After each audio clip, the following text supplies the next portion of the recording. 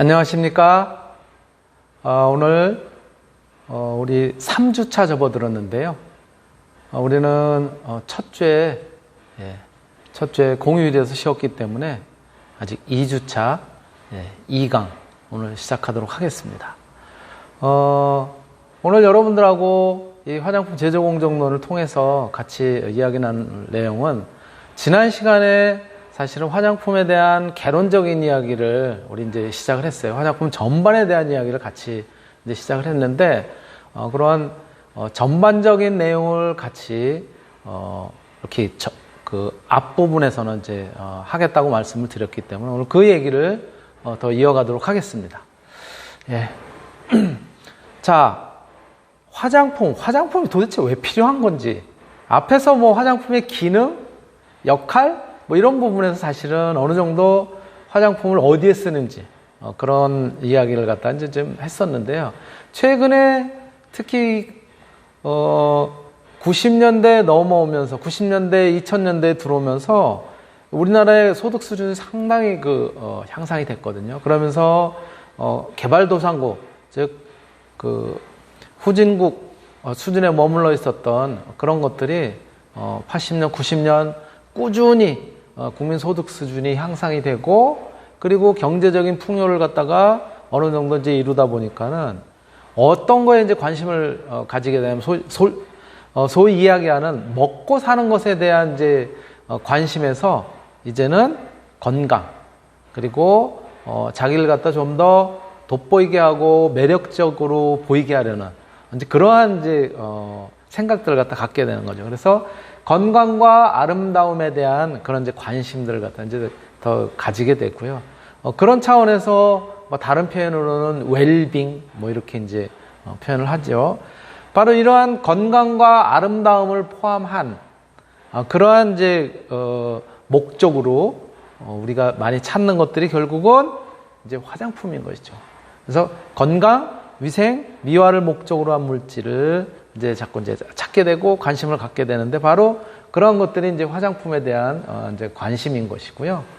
지금은 더 올랐는데 2015년, 2016년에 2015년까지 보니까는 연간 우리나라 화장품 생산액 기준으로 10조 7천억 정도가 된다고 이렇게 이야기를 하고 있습니다.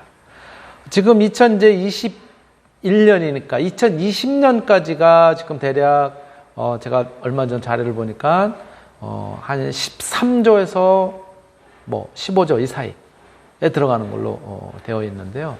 이게 어느 정도 규모인지 잘 모르겠죠. 그렇죠? 근데 우리가 알고 있는, 우리가 살아가는데 꼭 필요한 요소 3요소 그러면은 우리가 제일 먼저, 예전에는 표현은 이렇게 했어요. 의식주 이렇게 표현을 했단 말이에요. 근데 사실은 의식주가 아니겠죠.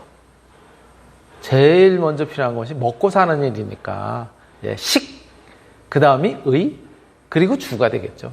보통 그래서 식의주가 아마 그 순서가 아닐까라고 생각을 하는데, 즉 어떤 우리가 살기 위해서 취하지 않으면 안 되는 식품류의 산업분이 대략 한 20조를 좀 넘는다고 해요. 그런데 먹고 사는데 꼭 필요한 요소인 이 식품류에 지금 막 근접해 가고 있어요. 조금 전에 말씀드렸던 것처럼 지금 대략 한 15조 정도 내외 이렇게 이제 보고 있으니까요. 어마어마한 양이죠. 의약품 같은 경우가 10조대 이제 초반 그런 정도로 이야기를 하고 있어요. 물론 지금처럼 코로나로 인해서 전 세계적으로 어떤 코로나, 특히 이제 방역을 위해서 들어가는 이제 그러한 이제 비용들을 생각한다면은 뭐 이제 더 평소보다는 더 많이 들겠죠. 지금 비용들이. 그렇지만 의약품의 경우, 그렇지만 이 화장품이라고 하는 것이 굉장히 우리 일상생활에 있어서는 아주 밀접한 그러한 위치에 와 있다라고 말씀을 드리고요. 그런 차원에서 우리 생각해 보세요. 아침에 여러분들 일어났어요. 기상을 해. 일어나면 제일 먼저 뭐 합니까? 이렇게 세수하죠. 그렇죠? 세수할 때는 결국은 세수를 이제 할 때는 뭐 화장 비누라든가 또는 뭐 머리도 감게 되면은 이제 샴푸라든가 뭐 이런 것들을 하게 되죠. 헤어린스 이런 것들. 그리고 나서 이제 피부톤도 정리를 하고 뭐 이러려니까 화장수나 크림, 로션에 기초 화장을 갖다가 이렇게 하게 되는 것이죠. 그리고는 이제 그게 마무리가 되면 이렇게 이제 색조 화장을 이제 하게 되죠. 그쵸? 네. 이제 색조 화장을 하고 밥 먹는 사람도 있고, 밥을 먹고 난 다음에 색조 화장을 하는 사람도 있고, 밥을 걸르는 사람도 있겠지만, 이렇게 일어나서 처음부터, 세안부터 시작해서 접하는 것이 이제는 화장품이라는 거예요. 그리고 어쨌든 이제 기초 화장을 마치고, 그리고 이제 색조 화장, 포인트 메이크업도 하고, 베이스 메이크업도 하고, 그러면서 이제 베이스 메이크업 먼저 하고, 포인트 메이크업으로 눈이라든가, 그쵸? 입술이라든가, 또는 볼 터치라든가 등등을 갖다 이제 하게 된단 말이에요. 그리고 이제 머리 손질을 이제 마무리하겠죠. 그쵸? 예. 이제 헤어 무스라든가 헤어 스프레이로 딱 자기의 이제 그 헤어의 틀을 갖다 딱 이제 완성을 하고, 그리고 마지막으로는 이제 향수를 자기가 좋아하는 그런 이제 향수 이런 것들로 이제 코디를 하죠. 그리고 이제 외출을 합니다. 외출을 하면 그냥 외출을 하나요? 가면서 중간중간 화장이 잘못됐나? 또는 어디 지워지지 않았나? 또는 이렇게 늘 화장을 갖다 이제 그 활동을 하면서 외출을 하고 활동을 하는 과정에서도 차에서 또는 어디 화장실에서 이렇게 늘 이제 화장을 갖다 이제 고치게 되죠. 이렇게. 그렇죠? 고치고 나서 이제 집에 와요. 귀가를 합니다. 그렇게 이제 쭉 그 생활을 하다가 귀가를 하면 그러면 이제 화장을 갖다 이제 지우게 되겠죠. 그렇죠?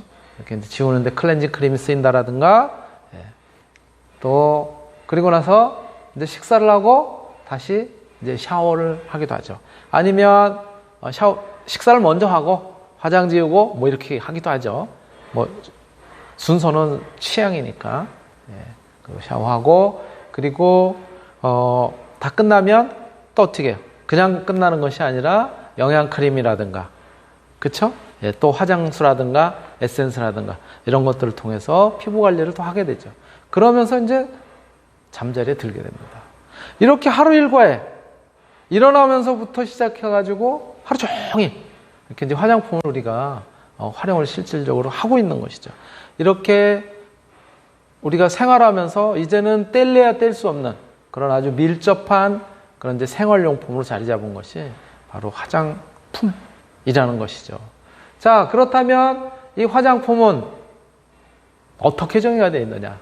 넓은 의미에서는 이제 영어로 화장품 그러면 여러분들 뭐 우리 코스메틱 이렇게 이야기를 하잖아요. 근데 이 코스메틱이라고 하는 이 영어는 잘 정리한다 또는 잘 감싼다, 잘 포장한다 라고 하는 그런 의미의 코스메티코스라고 하는 라틴어에서 유래를 했다고 해요. 코스메티코스. 바로 그러한 의미에서 화장품은 결국은 사람을 잘 감싸서 질서 있게 또 조화롭게 또 아름답게 또 매력을 보이게 하는 매력 있게 하는 그러한 도구라고 얘기를 할 수가 있는 것이죠. 자, 이러한 이제 화장품이라고 하는 말은 우리나라의 경우에는 언제부터 쓰였느냐? 그렇게 오래되지 않았다고 해요. 화장품이라고 하는 건 우리나라의 경우 개화기 일본인들이 사용을 하면서 우리나라에도 이제 화장품이라고 하는 이제 표현을 썼다고 하고요.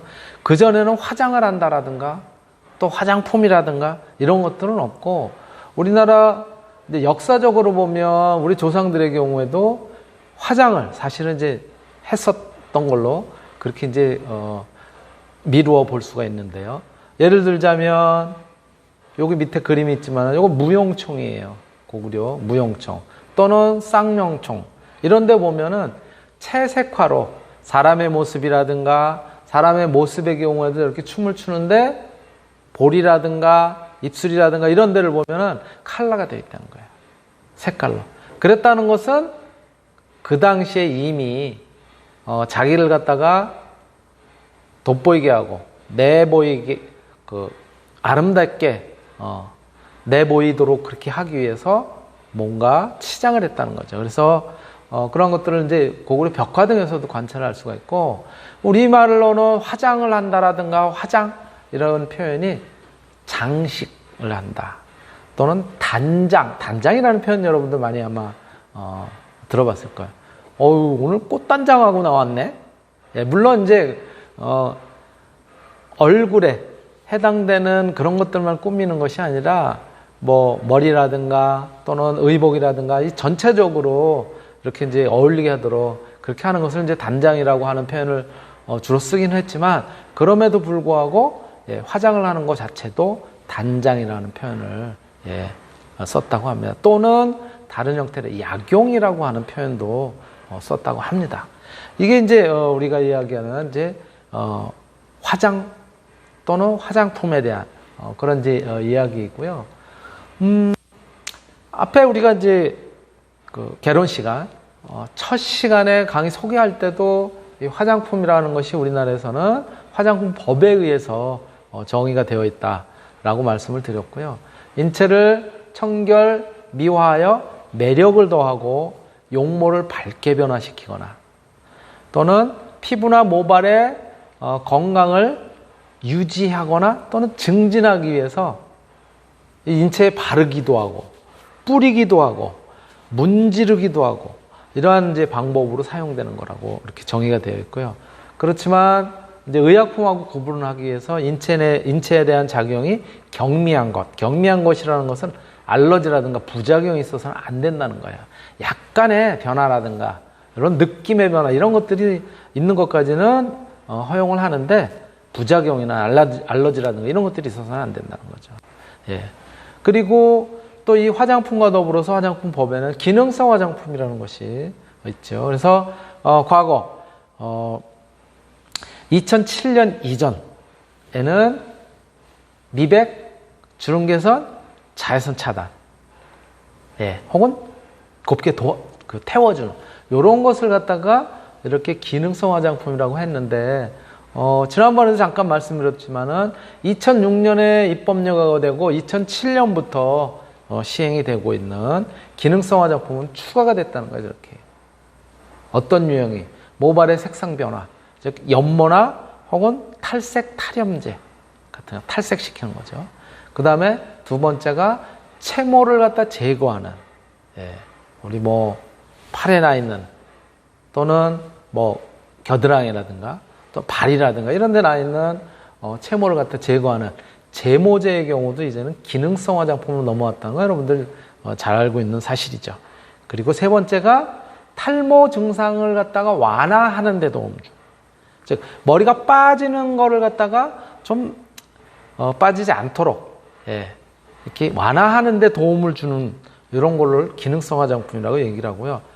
머리가 빠지는 거를 빠지지 않도록 완화하는 데 도움을 주는 거는 기능성 화장품이지만, 머리가 거의 빠져서 새로 나게 하는 거, 이거는 기능성 화장품에 안 들어갑니다. 의약 외품에 들어갑니다. 다릅니다. 그래서 우리 화장품, 기능성 화장품에서는 탈모 방지 또는 모발의 굵기를 갖다 증가시켜서 약간 이제 풍성하게 보이는 그런 역할을 하는 것이 이제 바로 기능성 화장품으로서의 탈모 증상 완화에 도움을 주는 거고요.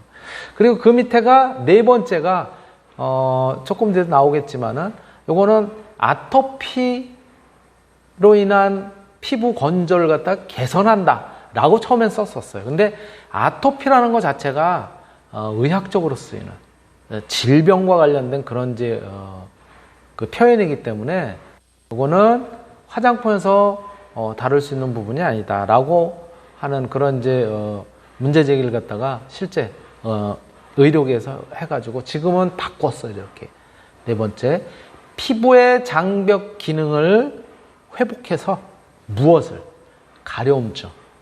이게 아토피가 있으면은 이 건조함을 동반함과 동시에 이게 가렵다고요, 자꾸.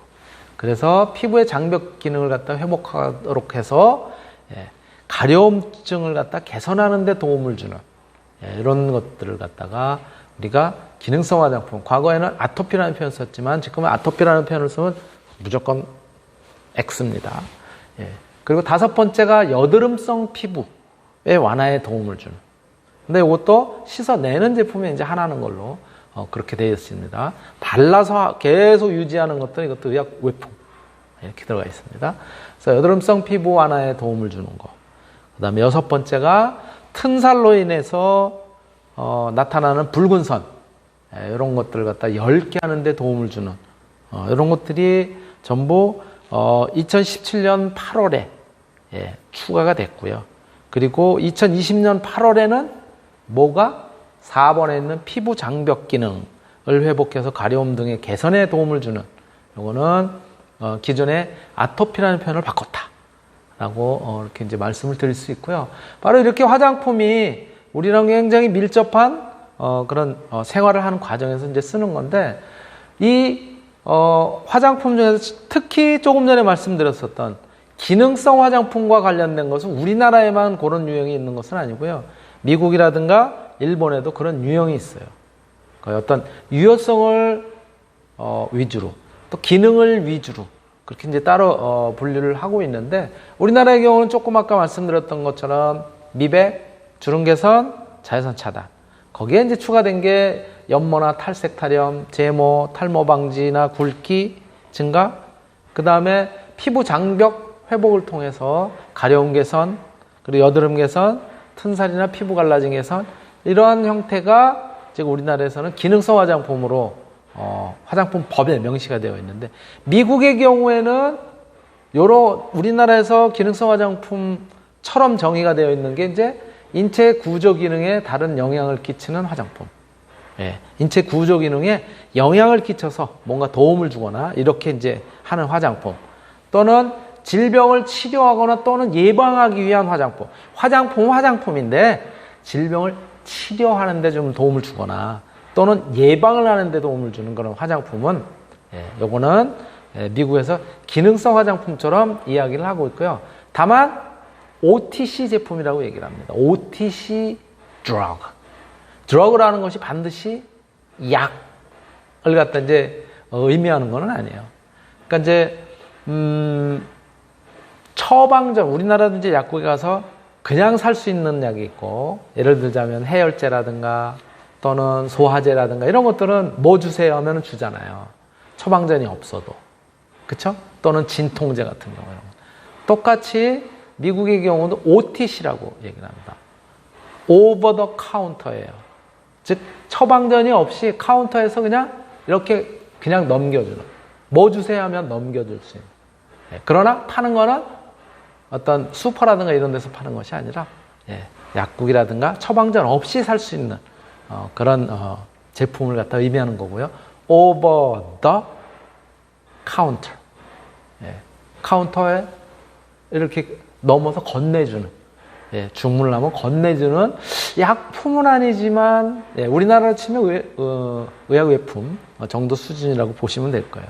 자, 일본의 경우에는 비듬이나 탈모를 갖다가 완화하는 작용 또는 가려움이라든가 진무름 또 피부 허름을 갖다 방지하는 데 쓰는 거 그리고 피부의 거칠어짐을 갖다가 예방하는 데 또는 튼살 이런 데 이제 사용하는 거 여드름 기미나 주근깨 이런 데 사용하는 것은 이런 목적으로 사용하는 것은 우리나라는 기능성 화장품에 주로 이제 분류가 되어 있는 데 반해서 일본의 경우에는 약용 화장품 이런 표현을 써요. 조금 다르죠. 그렇죠? 이렇게 우리나라의 기능성 화장품하고 외국의 어떤 기능을 가지고 있는 그런 제품들을 잠깐 이제 비교를 해봤는데요. 자, 그렇다면 조금 전에 제가 말씀드렸던 것처럼 의약외품, 화장품인 듯하기도 한데 또 표현에 따라서는 의약외품으로 이렇게 분리되는 것들이 몇 가지 있는데요. 바로 의약외품, 그런데 특히 화장품으로 혼동하기 쉬운 의약외품이 이렇게 채취 방지제, 액취를 갖다가 제거할 목적으로 사용하는 거라든가 이런 것들. 해당되는 것이 외용제, 또 외음부 세정제 뭐 이런 것들이에요. 그 다음에 땀띠나 진물음을 갖다가 예방하기 위해서 또는 치료를 하러 올까 개선하기 위해서 이런 데 쓰는 제품들. 그 다음에 욕용제, 여드름이라든가 경미한 피부질환 이런 것들을 보조요법으로 비누 조성의 제제라든가 또는 욕조 중에 투입해서 사용하는 외용제들. 이거는 욕용제, 목욕하는 데 쓰는 제품이다. 그래서 목욕용 제품 이걸 줄여서 목욕용제 이렇게 얘기를 합니다. 피부 연화제. 여러분들 왜 손에 발바닥 특히 이제 이런 데 각질이 생기거나 막 이제 그러잖아요. 또는 이제 발바닥이 터지기도 하고. 사실은 젊은 층에서는 그런 일이 없죠, 거의. 이제 할머니, 할아버지들 보면은 발이 건조해져 가지고 발바닥이 터지고 막 그런 경우가 있는데요. 이런 경우에 손발의 피부 연화라든가 균열 방지 이런 것들을 갖다가 목적으로 해서 즉 그런 그 터짐이라든가 또는 피부가 거칠어진 이런 것들을 완화할 목적으로 사용하는 이런 것들은 요소가 포함되어 있는 단일제 또는 요소나 토코페롤, 글리시리진산, 암모늄 또 글리시리진산, 칼륨 이러한 복합 성분들이 들어가 있는 크림이라든가 연고제, 로션으로서 요소를 갖다가 한 10% 이상 함유하는 이런 것들은 이제 피부 연화제 그래서 바로 의약 외품으로 일반 화장품을 구입할 수 없습니다. 의약 외품으로 살 수가 있고요. 탈모 방지 또는 양모제, 탈모를 방지하거나 또는 양모, 즉 육모를 갖다가 이 채모가 자라도록 그렇게 이제 목적으로 쓰이는 외용제제. 그리고 인체에 대한 작용에 경미한 연모제, 탈색이라든가 탈염제 또는 채모를 갖다 제거할 목적으로 사용하는 외용제제. 이런 것들이 다 의약 외품이었어요. 그런데 이 중에서 뭐 탈모 방지 또는 양모, 특히 이제 탈모 방지, 양모에 도움을 주는, 완화에 도움을 주는 이런 것들. 그 다음에 인체에 대한 작용에 경미한 연모, 탈색, 탈염제, 채모 제거를 목적으로 사용하는 외용제제. 얘네들은 이제 어디로 넘어갔다고요? 싹 넘어가가지고 어디로? 기능성 화장품으로 지금은 넘어갔습니다. 그래서 요거 정도가 남아있어요. 우리 화장품하고 유사한 그런 이제 의약외품. 이거 이외에도 의약외품은 위생을 갖다 목적으로 하는 그런 특히 이제 여성들의 어떤 생리용품이라든가 이런 것들은 아직도 의약외품으로 되어 있고요. 또는 이제 해충을 갖다 제거하기 위해서 쥐약이라든가 살충제라든가 이런 것들은 다 의약외품으로 되어 있습니다. 그렇게 되어 있습니다. 자, 그렇다면 뭐 지금 지속적으로 의약품이네, 뭐 의약외품이네, 화장품이네, 뭐 이런 얘기를 하는데 어떻게 다르냐고 도대체.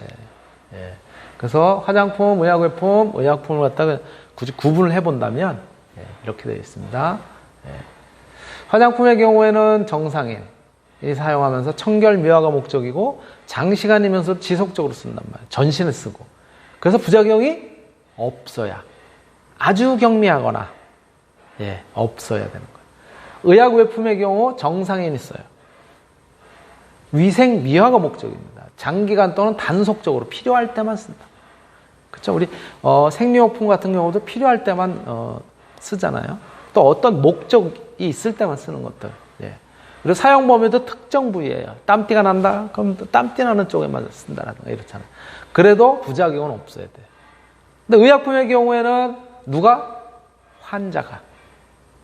뭐를 목적으로? 질병 치료나 진단을 목적으로 하는 것이 의약품이라는 거죠. 사용 기간도 일정 기간, 치료를 하는 그 기간에만 써요. 다 났어. 더 이상 바르거나 먹거나 뭐 할 필요가 없잖아요. 그렇죠? 일정 기간에. 사용 범위도 특정 부위에만 씁니다. 그렇죠? 여기가 뭐 찢어졌다. 또는 뭐 어떻게 문제가 생겼다. 그랬을 때 이제 두드러기가 났다. 이럴 때 쓰는 거잖아요. 특정 부위에.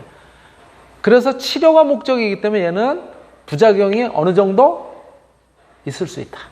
다만 부작용에 대해서는 반드시 표기도 하고 주의사항을 갖다 병기를 하도록 그렇게 되어 있죠.